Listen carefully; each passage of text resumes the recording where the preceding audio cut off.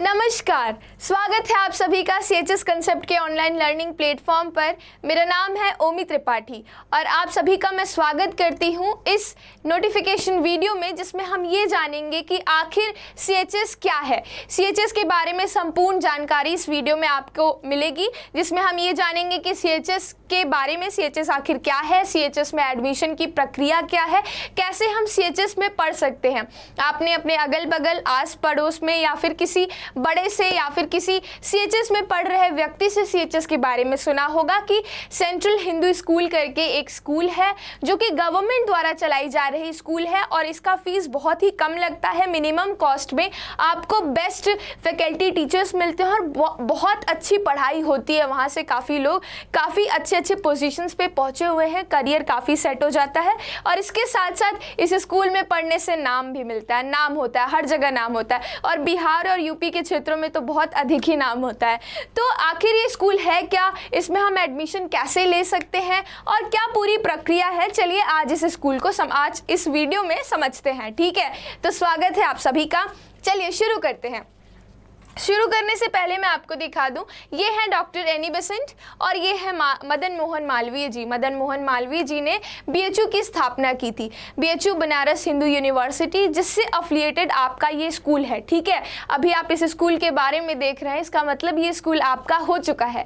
तो चलिए ये स्कूल मैं आपको ही संबोधित करके बताती हूँ कि जिस स्कूल के बारे में आप देख रहे हैं, जो आपका स्कूल है वो एक एफिलिएटेड स्कूल है, इन्हीं के द्वारा स्थापित की गई यूनिवर्सिटी, जो कि पूरे एशिया में टॉप यूनिवर्सिटीज़ में आता है और पूरे वर्ल्ड में भी one of the top universities में आता है, BHU बनारस हिंदू यूनिवर्सिटी, जिसका कैंपस बहुत बड़ा है, one of the largest campus in the world. और उसी का एफिलिएटेड कॉलेज है central Hindu school. Central Hindu school की स्थापना 1898 में हुई थी, एनी बेसेंट द्वारा इसकी स्थापना की गई थी। ठीक है, ये बेसिक सा एक इन्फॉर्मेशन है, एनी बेसेंट ये है। तो सेंट्रल हिंदू जो स्कूल है वो 2 ब्रांचेस में है। पहला जो ब्रांच है वो है सेंट्रल हिंदू बॉयज़ स्कूल। ठीक है, लड़कों का स्कूल है, लड़के और लड़कियां इसमें अलग अलग पढ़ते हैं। तो बॉयज़ स्कूल जो है उसका नाम है सेंट्रल हिंदू बॉयज़ स्कूल और जो गर्ल्स स्कूल है उसका नाम है central Hindu girls school, CHGS। मैंने खुद भी सेंट्रल हिंदू गर्ल्स स्कूल से पढ़ाई की है। क्लास 9th में मैंने एडमिशन लिया था और अब मैं पास आउट हो चुकी हूँ वहाँ से। ठीक है, तो 9, 10, 11, 12 क्लास अगर मैं बताऊं कि किस किस क्लासेस में एडमिशन होता है CHS में, तो क्लास 6th में एडमिशन होता है 6th में, क्लास 9th में एडमिशन होता है 9th में, इसके साथ साथ क्लास 11th में एडमिशन होता है। ठीक है, तो ये 3 क्लासेस हैं जिसमें कि एडमिशन होता है। इसके साथ साथ एक और ब्रांच है CHS का, एक है कोलुआ में। ठीक है, दरअसल ये जो आप CHS स्कूल देख रहे हैं ये है कहाँ पे, तो ये स्कूल है कमक्षा। ठीक है, मैं यहाँ लिख देती हूँ ऊपर, कमक्षा। कमक्षा कहाँ पर है? कमक्षा है बनारस में। ठीक है, बनारस, वाराणसी, आप सभी ने इस शहर का नाम सुना होगा। ये शहर उत्तर प्रदेश में बिलोंग करता है, वाराणसी एक ज़िला है और इस ज़िले में कमक्षा नाम का एक जगह है जहाँ पे सेंट्रल हिंदू स्कूल बिलोंग करता है। थोड़ी ही दूरी पे दोनों स्कूल है, central Hindu boys school and central Hindu girls school, दोनों ही है। और जैसा कि मैंने बताया कि एक कोलुआ है, वहीं कमक्षा पे एक जगह है कोलुआ, वहाँ पे 1 to 5 तक क्लासेस चलती हैं CHS की ही, जिसको किसी के ये बहुत ही सीक्रेट है, मतलब काफ़ी लोगों को ये नहीं पता होता है कि क्या 1 to 5 भी है CHS, तो बिल्कुल है, 1 to 5 भी है और इसमें कोएड क्लासेस चलती है, मतलब लड़के और लड़कियाँ, बॉयज़ एंड गर्ल्स दोनों साथ में पढ़ते हैं। ठीक है, तो ये 1 to 5 है और इसमें अगर एडमिशन लेना है तो लॉटरी बेस्ड सिस्टम से एडमिशन होता है। कैसे होता है? लॉटरी सिस्टम से एडमिशन होता है।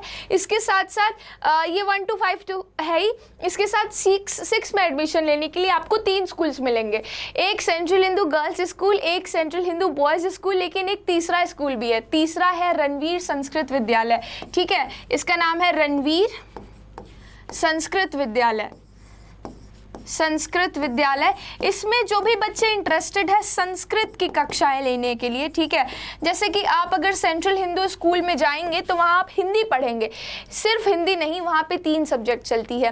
लैंग्वेज सब्जेक्ट की बात करें तो 4 चलती है, एक हिंदी, एक इंग्लिश, एक उर्दू और एक संस्कृत, चारों चलती है। लेकिन जो संस्कृत विद्यालय है उसमें सिर्फ आपको संस्कृत ही चलेगी, इंग्लिश भी चलती होगी, आई डोंट नो, बट ऐसे क्योंकि ये शायद सिर्फ लड़कों का ही है तो इसमें सिर्फ लड़के ही एडमिशन ले सकते हैं। रणवीर संस्कृत विद्यालय में मैंने एडमिशन नहीं लिया था, मैंने सेंट्रल हिंदू गर्ल्स स्कूल में एडमिशन लिया था और मेरा भी क्लास 10th तक संस्कृत ही था। मैंने हिंदी से नहीं पढ़ा था, संस्कृत से पढ़ा था। क्लास 11th में मैंने हिंदी को ऑप्ट किया था अपने लैंग्वेज सब्जेक्ट के रूप में, ठीक है, और इंग्लिश कंपलसरी सब्जेक्ट होता है, वो सबको पढ़ना पड़ता है। तो यहाँ पे संस्कृत कंपलसरी सब्जेक्ट होगा रणवीर स्कूल में। तो क्लास 5 तक जो बच्चे CHS में पढ़ रहे हैं उनका डायरेक्ट एडमिशन हो जाता है, वो जहाँ जाना चाहे। अगर लड़के हैं वो CHS बॉयज़ स्कूल में जाना चाहे तो वो वहाँ जा सकते हैं, और अगर CHS रणवीर स्कूल में जाना चाहें तो वो वहाँ भी जा सकते हैं। लेकिन गर्ल्स का, वैसे ही गर्ल्स का भी हो जाता है, गर्ल्स अगर कोलुआ से सीधे जाना चाहें गर्ल्स स्कूल में तो वो जा सकती है, नहीं तो किसी भी प्राइवेट स्कूल या दूसरे गवर्नमेंट स्कूल में वो एडमिशन ले सकती हैं जहाँ भी वो एग्ज़ाम दी हो।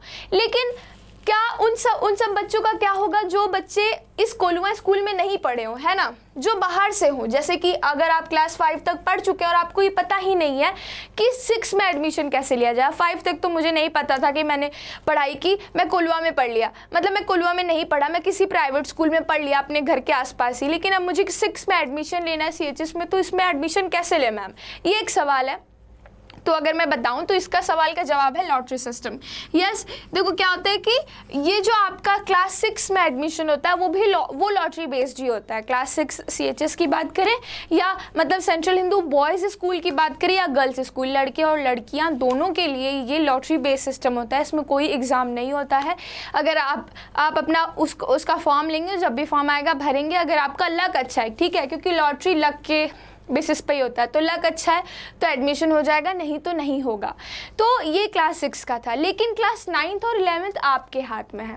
लॉटरी सिस्टम आपके हाथ में नहीं है बेटा, लेकिन 9th और 11th जो है वो आपके हाथ में है, ठीक है। तो इसी में हम एग्ज़ाम पैटर्न की बात करेंगे। एक एग्ज़ाम होता है क्लास 9th या 11th में, जब आप एडमिशन लेना चाहते हैं तो आपको एक एग्ज़ाम देना पड़ता है। एग्ज़ाम का नाम है SET, ठीक है, एग्ज़ाम का नाम है SET। SET आखिर कौन सा एग्ज़ाम है, तो स्कूल एंट्रेंस टेस्ट, ठीक है, स्कूल एंट्रेंस टेस्ट। अभी आप CUET वगैरह ये सब सुन रहे होंगे बहुत ज़्यादा, नीट सुना होगा, JEE सुना होगा, एक SET एग्ज़ाम होता है, ठीक है, स्कूल एंट्रेंस टेस्ट। ये school entrance test specifically CHS कराता है, किस लिए, अपने स्कूल में एडमिशन के लिए, हर साल कराता है ये, ठीक है। तो उसी का एग्ज़ाम पैटर्न आज समझते हैं। इस स्कूल एंट्रेंस टेस्ट का जो एग्ज़ाम होता है वो कहाँ होता है, आखिर ये एग्ज़ाम कहाँ होता है, ठीक है, मैं इसे इरेज कर देती हूँ। और इस एग्ज़ाम को अगर मैं बताऊं कहाँ होता है तो एग्ज़ाम होता है ऑफलाइन। सबसे पहले तो आप जान जाइए इसका एग्ज़ाम ऑनलाइन नहीं होता है, ये एग्ज़ाम होता है ऑफलाइन। और ऑफलाइन सेंटर आपका आएगा बनारस में, ठीक है, कहाँ, वाराणसी में। तो आपको एक दिन पहले कैसे भी करके आना पड़ेगा बनारस में और यहीं पे एग्ज़ाम देना पड़ता है। और सभी बच्चे आते हैं, ठीक है, ऐसा मत डरो कि नहीं कैसे जाएंगे क्या होगा, तो पेरेंट्स के साथ आओ, कभी बाहर नहीं निकले हो तो पेरेंट्स के साथ आओ या फिर दोस्तों के साथ आओ, लेकिन आओ एग्ज़ाम देने, ठीक है। तो बनारस आना होता है इसका एग्ज़ाम देने। और अगर इसका मोड की बात करूं, जैसे कि मोड अभी मैंने बता ही दिया कि ऑफलाइन मोड है। ऑफलाइन मोड को पेन पेपर मोड भी कहा जाता है, ठीक है, पेन पेपर मोड। तो पेन और पेपर से आपको एग्ज़ाम देना पड़ता है, ठीक है, OMR शीट मिलती है आपको, फिर आंसर की वगैरह आता है तो आप चेक करते हो उससे। तो यही है, पेन पेपर मोड है। इसके अलावा टाइम की मैं बात करूं, कितने टाइम का एग्ज़ाम है, कितना घंटा लगता है एग्ज़ाम में, तो 2 आवर का एग्ज़ाम है, ठीक है। टोटल 2 आवर्स का ये एग्ज़ाम है, 2 घंटे का एग्ज़ाम है। टोटल नंबर ऑफ़ क्वेश्चंस की अगर मैं बात करूं कि कितने क्वेश्चंस आते हैं, तो टोटल नंबर ऑफ़ क्वेश्चंस जो हैं वो हैं टोटल 100, ठीक है। 100 सवाल आएंगे आपके, टोटल 100 सवाल। मैं ये क्लास 9th और यहाँ लिख देती हूँ, मैं 9th और 11th दोनों के लिए ये बता रही हूँ, ठीक है। ये किसी एक सब्जेक्ट, ये किसी एक क्लास के लिए नहीं है, ये दोनों क्लास के लिए है, 9th एंड 11th बोथ, ठीक है। तो टोटल नंबर ऑफ़ क्वेश्चंस 100 होते हैं। इसके साथ अगर मैं बताऊँ तो पर क्वेश्चन जो है, एक क्वेश्चन वो कितने मार्क्स का है? तो एक क्वेश्चन जो है वो 1 मार्क्स का है, ठीक है, एक क्वेश्चन 1 मार्क्स का है।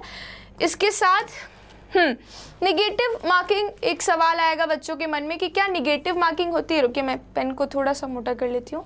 यस, तो निगेटिव मार्किंग होती है कि नहीं?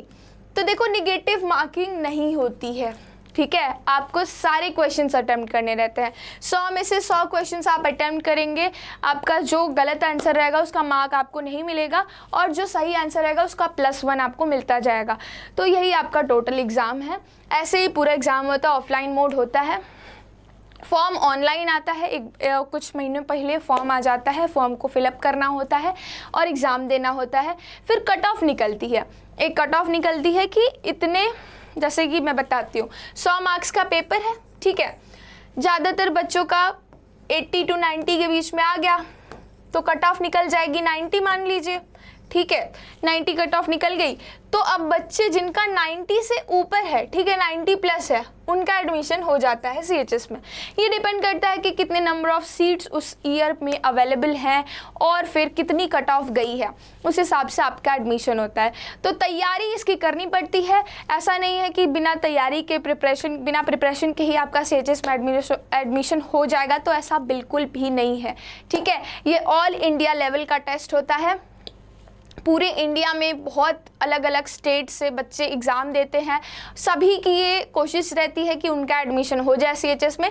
तो काफ़ी तगड़ी तैयारी करनी होती है, लेकिन तगड़ी तैयारी से डरना नहीं है, ठीक है। तैयारी आपके ही क्लास के छोटे क्लास से होती है, मतलब आप क्लास 8 में होंगे अभी, तो क्लास 8 का ही आने वाला है, ठीक है। थोड़ा सा एक्स्ट्रा हाई लेवल होगा, थोड़ा कॉम्प्लिकेटेड करके पूछेगा, लेकिन आपको थोड़ा सा पढ़ना पड़ेगा, तो पढ़ने से हिचकिए मत। इसके अलावा प्रीवियस ईयर क्वेश्चंस जो होते हैं, प्रीवियस ईयर क्वेश्चन आपके रामबाण हैं, ठीक है। वो रामबाण इसलिए हैं क्योंकि अगर आप प्रीवियस ईयर क्वेश्चंस जितना ज़्यादा लगाएंगे उतना ही आपकी तैयारी बूस्ट अप होती जाएगी, ठीक है, उतना ही आपको नंबर ऑफ़ क्वेश्चंस आएंगे। तो क्योंकि प्रीवियस ईयर क्वेश्चन रिपीट करता है, मान लीजिए कि लास्ट ईयर 2-3 क्वेश्चन जो थे वही 2-3 क्वेश्चन इस बार भी दे दिए, या फिर उसके 2-3 साल पहले जो क्वेश्चन आते हैं वो सब दे दिया, तो प्रीवियस ईयर क्वेश्चन रिपीट करते हैं। तो बहुत सारे प्रीवियस ईयर क्वेश्चंस आपको लगाने चाहिए। ये कुछ आपके टिप्स हो गए। अब आगे बढ़ते हैं और जानते हैं कि कैसे क्या क्या फॉर्म आता है, किस टाइम फॉर्म आता है, किस टाइम एडमिशन होता है, किस टाइम एग्ज़ाम होता है, क्या हम एलिजिबल हैं कि नहीं, है ना। एक सवाल आता है एलिजिबिलिटी का कि हम एलिजिबल हैं कि नहीं CHS में एडमिशन लेने के लिए। अगर एलिजिबल है तो किस तरीके से exam they. Number of seats की मैंने बात की, तो नंबर ऑफ़ सीट्स कितनी है ये पता चलेगा। इसके अलावा एक मोस्ट इम्पॉर्टेंट थिंग जो आप जानना चाह रहे होंगे, फ़ीस, है ना, कि फ़ीस कितना लगेगा। तो चलिए उन सभी के बारे में आप जानते हैं, धीरे धीरे सबकी खुलासे होते जाएंगे। वीडियो में हमारे साथ बने रहिएगा। चलिए तो शुरू करते हैं। सबसे पहले तो हम बुलेटिन खोल लेंगे अपने CHS का। यह ऑफिशियल बुलेटिन है जो कि BHU ने खुद पोस्ट किया है। मैं कुछ भी इधर उधर से नहीं बता रही हूँ, ये सब कुछ रियल है, सब कुछ ऑथेंटिक है, ठीक है। ये लास्ट ईयर का बुलेटिन है, मतलब 2025, मतलब इसी ईयर का, लेकिन लास्ट ईयर में इसलिए बोल रही हूँ क्योंकि अब तो आप 2026 के लिए प्रिपरेशन करेंगे, तो ये 2025 का आया है। डेट्स में परिवर्तन हो सकता है लेकिन मंथ्स में कोई परिवर्तन नहीं होगा, ठीक है, मतलब मंथ्स में कोई भी चेंजेस नहीं आएंगे। इस वजह से मैं मंथ्स के हिसाब से आपको बताऊंगी कि कब कौन सा फॉर्म आने वाला है, ठीक है। चलिए मैं थोड़ा डार्क पेन का इस्तेमाल करती हूँ। सबसे पहले तो इसका ऑनलाइन एप्लीकेशन आता है। एप्लीकेशन ऑनलाइन आता है, ऐसा नहीं कि बनारस आके आपको ऑफलाइन फॉर्म लेना पड़ेगा। एप्लीकेशन फॉर्म सबसे फर्स्ट स्टेप है। एप्लीकेशन फॉर्म को भरना मत भूलना बेटा। अगर तुम्हें CHS में एडमिशन चाहिए, अभी सोच रहे हो लूँ कि नहीं लूँ, तो भी फॉर्म भर दो, क्योंकि अगर तुमने फॉर्म नहीं भरा तो बाद में पछताना पड़ेगा कि ले लेना चाहिए था एडमिशन, है ना। ये फर्स्ट प्रोसेस है। ऐसा नहीं किसी की कितनी भी बड़ी पहचान हो जाए CHS में, कोई बोल दे कि मैं तुम्हारा एडमिशन करा दूंगा, बहुत बड़ा पहचान है, या फिर कुछ भी, अगर पर्वत भी पलट जाए ना तो भी एप्लीकेशन फॉर्म तो भरना ही पड़ेगा। एप्लीकेशन फॉर्म भरना होगा, एग्ज़ाम देना होगा। जब तक एग्ज़ाम नहीं दोगे, तुम्हारा नंबर नहीं आएगा, तब तक एडमिशन तो नहीं होगा, ठीक है, किसी की कितनी भी पहचान हो। तो वही है, ऑनलाइन एप्लीकेशन फॉर्म आता कब है, तो फरवरी में आता है। मतलब इस साल तो चला ही गया, नेक्स्ट ईयर 2026 फरवरी जब आएगा तो आप लोग थोड़ा सा सजग रहिएगा। हालांकि हमारे इस YouTube चैनल पे हम रेगुलर नोटिफिकेशंस आपको देते रहेंगे। जब एप्लीकेशन फॉर्म आएगा उस टाइम भी एक नोटिफिकेशन चली जाएगी कि CHS का एप्लीकेशन फॉर्म आ गया है और जाइए आप लोग जल्दी से भर लीजिए, ठीक है। तो एक देखिए, इस साल तो 20 तारीख को आया था, 20 फरवरी को आया था, ये एक्सपेक्टेड डेट है लास्ट ईयर, नेक्स्ट ईयर के लिए भी, यस। तो 20 से 22 या 25 फरवरी मंथ में ही आ जाएगा आपका ये क्या एप्लीकेशन फॉर्म। ये आपके इस साइट पे आएगा www.bhuonline.in। तो इसे लिख के भी रख सकते हो, इसको जब फरवरी मंथ आएगा या फिर नेक्स्ट ईयर जनवरी से ही चेक करते रहना। जनवरी से चेक करने की कोई ज़रूरत नहीं, फरवरी में ही आएगा तो उसी टाइम चेक करते रहना, वहीं पे फॉर्म आया रहेगा, ठीक है। तो उस फॉर्म को आप भरिएगा और उसका ऑनलाइन लास्ट सबमिशन डेट भी है। ऐसा नहीं कि भर के छोड़ देना, उसको सबमिट भी करना रहता है। तो लास्ट जो डेट है वो 20 मार्च है। 1 महीने तक आप आराम से फॉर्म भरिए, देखिए कहाँ गलती हुई है कहाँ नहीं। जब लास्ट में भरना होगा 20 मार्च से पहले भरने को इस बार दिया गया था, उस टाइम भी वही होगा जिस डेट से 1 महीने तक आपको टाइम दिया जाता है, उस टाइम में आपको फॉर्म भर के सबमिट करना होता है। नेक्स्ट क्या है, आप करेक्शन करा सकते हैं, ठीक है। एप्लीकेशन में करेक्शंस करा सकते हैं। तो करेक्शंस 21 मार्च और 27 मार्च, जैसे कि कुछ लोगों से गलतियां हो जाती हैं, इतना समझाने के बावजूद, 1 महीने टाइम देने के बावजूद उनसे गलतियां हो जाती है। ये बहुत ही नॉर्मल चीज़ है, गलतियां किसी से भी हो सकती हैं, हम इंसानी तो हैं, रोबोट थोड़ी हैं, यस। तो गलती अगर हो गई तो गलती सुधारने का भी समय CHS आपको देता है। 21 मार्च से 27 मार्च 7 दिन का टाइम रहता है, आप अपनी गलतियां सुधार सकते हैं, ठीक है। तो करेक्शन कर सकते हैं अपने फॉर्म में। तो ये तो आपका फॉर्म भरा गया। चलो, फॉर्म तो भरा गया, उसके बाद क्या होगा, उसके बाद आएगा एडमिट कार्ड। फॉर्म भरा जाता है, फिर कुछ दिनों बाद, कुछ महीने आप तैयारी करिए अच्छे से, उसके बाद आता है एडमिट कार्ड। एडमिट कार्ड 1 महीने बाद ही आता है, मार्च के बाद अप्रैल, यस, अप्रैल में आपका एडमिट कार्ड आ जाता है। तैयारी आपको अभी से ही करनी होगी, ठीक है। 1 साल पहले से, 8 महीने, 10 महीने या फिर 6 महीने पहले से ही तैयारी शुरू कर देनी रहेगी, ठीक है। तो उसकी तैयारी करनी होगी। यूट्यूब पे काफ़ी सारे, हमारे ही चैनल पे मैंने ही पढ़ाया हुआ है PYQ लास्ट ईयर का, मतलब लास्ट ईयर नहीं, 20 सालों का PYQ मैंने ही पढ़ा है, पूरा प्लेलिस्ट रखा है, पढ़ना चाहो तो जाके पढ़ सकते हो। इसके अलावा बहुत सारे अलग अलग सब्जेक्ट्स के पढ़ाए गए, मैंने 2 सब्जेक्ट पढ़ाए, बाकी भी ऑल अदर सब्जेक्ट्स हैं वो पढ़ाए गए हैं। फ्री में बहुत सारे कंटेंट्स आपको YouTube पे अवेलेबल हो जाएंगे। आपको एक स्पेशल कोर्स लेना है तो हमारा स्पेशल कोर्स भी आने वाला है, वो भी आप ले सकते हैं, ठीक है, वो भी आप ले सकते हैं। कुछ दिनों में वो स्पेशल कोर्स आपको नोटिफाइड कर दिया जाएगा, तो आप उसे भी ले सकते हैं, परचेज कर सकते हैं, और आप बुक से भी तैयारी कर सकते हैं, खुद से भी तैयारी कर सकते हैं, सेल्फ स्टडीज़ भी कर सकते हैं, ठीक है। तो आपके पास काफ़ी सारे ऑप्शंस हैं। इसके अलावा एडमिट कार्ड की मैं बात कर रही थी, तो एडमिट कार्ड आपका अप्रैल में आ जाएगा। अप्रैल में एडमिट कार्ड आएगा, उस एडमिट कार्ड में आपको लिखा रहेगा कि बनारस में किधर पे आपका सेंटर है। ऐसा नहीं तो बनारस में आपको बस बनारस दे दिया जाए, बनारस में आखिर कहाँ पे एक प्लेस होगा ना, तो वही प्लेस पे आप जाएंगे, वहाँ पे एग्ज़ाम देंगे। आपका टाइम बताया जाएगा कि कौन से टाइम पे आपका एग्ज़ाम होगा, ठीक है। सुबह 9 बजे होता है, हालांकि मैं आपको बता दूँ सुबह 9 बजे एग्ज़ाम होता है, और किसी स्कूल में पढ़ता है या फिर BHU के ही किसी कॉलेज में पढ़ जाता है तो ऐसे आपका सेंटर पड़ता है, ठीक है। लेकिन बनारस में होता है ऑफलाइन। इसके बाद डेट एंड टाइमिंग, यस, यहाँ पे डेट एंड टाइमिंग लिखा है, देखिए 8 बजे लिखा है, यस, मैं कंफ्यूज हो गई थी, 9 नहीं 8 बजे।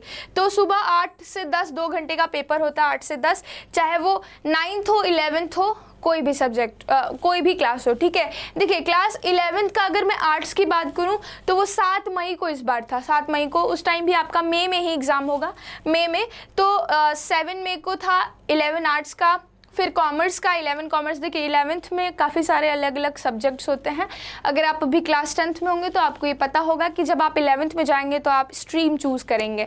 आप मैथ्स लेना चाहें, आप कॉमर्स लेना चाहें, आप आर्ट्स लेना चाहते हैं, या आप बायोलॉजी से पढ़ना चाहते हैं ना, तो आप स्ट्रीम चूज़ करेंगे। उसी स्ट्रीम के बेसिस पे आपका एग्ज़ाम भी होता है।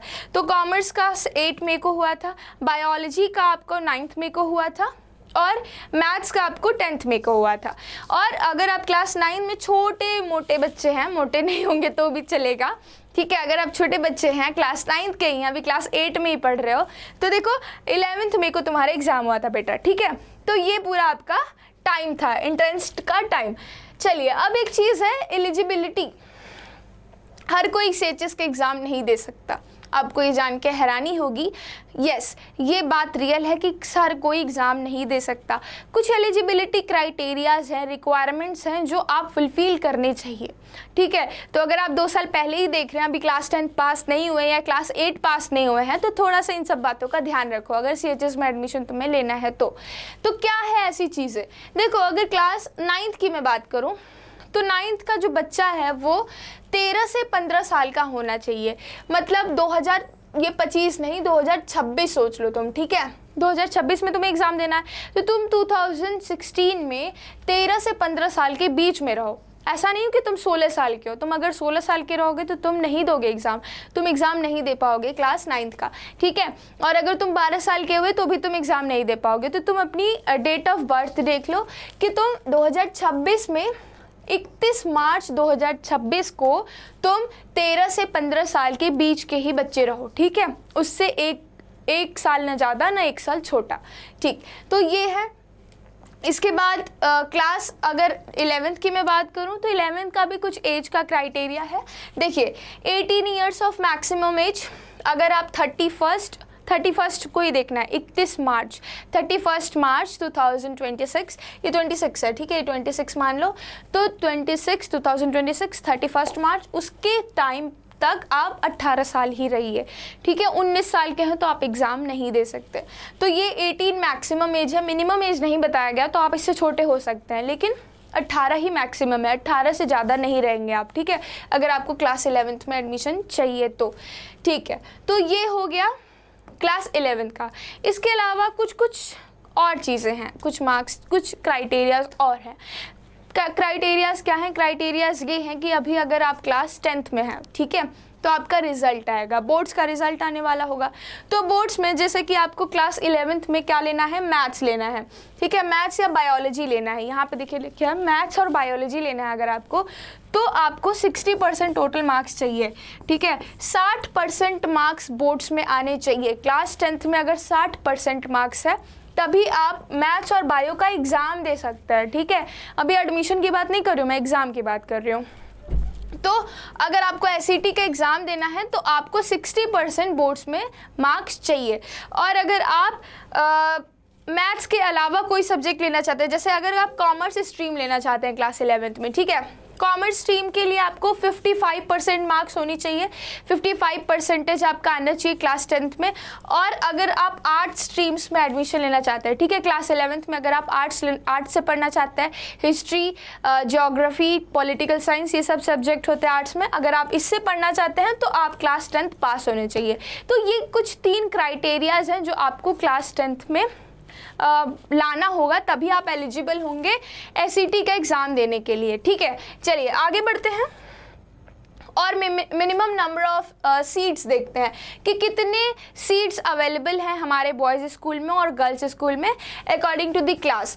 तो देखिए क्लास, अगर मैं 9th की बात करूँ, ये इस साल का है अप्रॉक्स इतना ही, हाँ, तो ये इस साल का है अप्रॉक्स इतना ही मार्क्स होगा, मतलब इतना ही सीट अवेलेबल होगा नेक्स्ट ईयर भी, ठीक है। तो क्लास 9th के लिए 100 सीटें हैं हमारे बॉयज़ स्कूल में, और मैथ स्ट्रीम के लिए 38 + 50 सीट्स हैं।